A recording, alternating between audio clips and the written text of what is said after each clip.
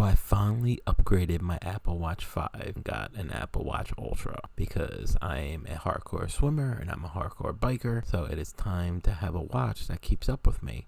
Not. This is what I do on the weekends. I have been wanting it for a long time, so I finally decided to get it.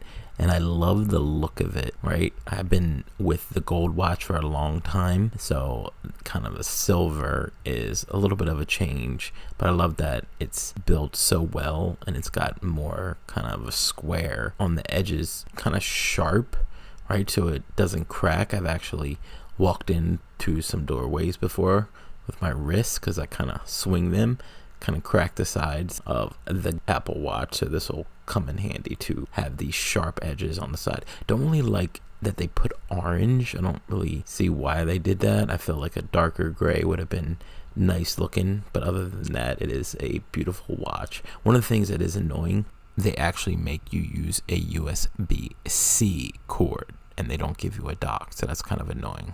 The guy at the store told me, and I assume he was going to try to sell me that as an accessory, so that's kind of annoying. Don't nickel and dime.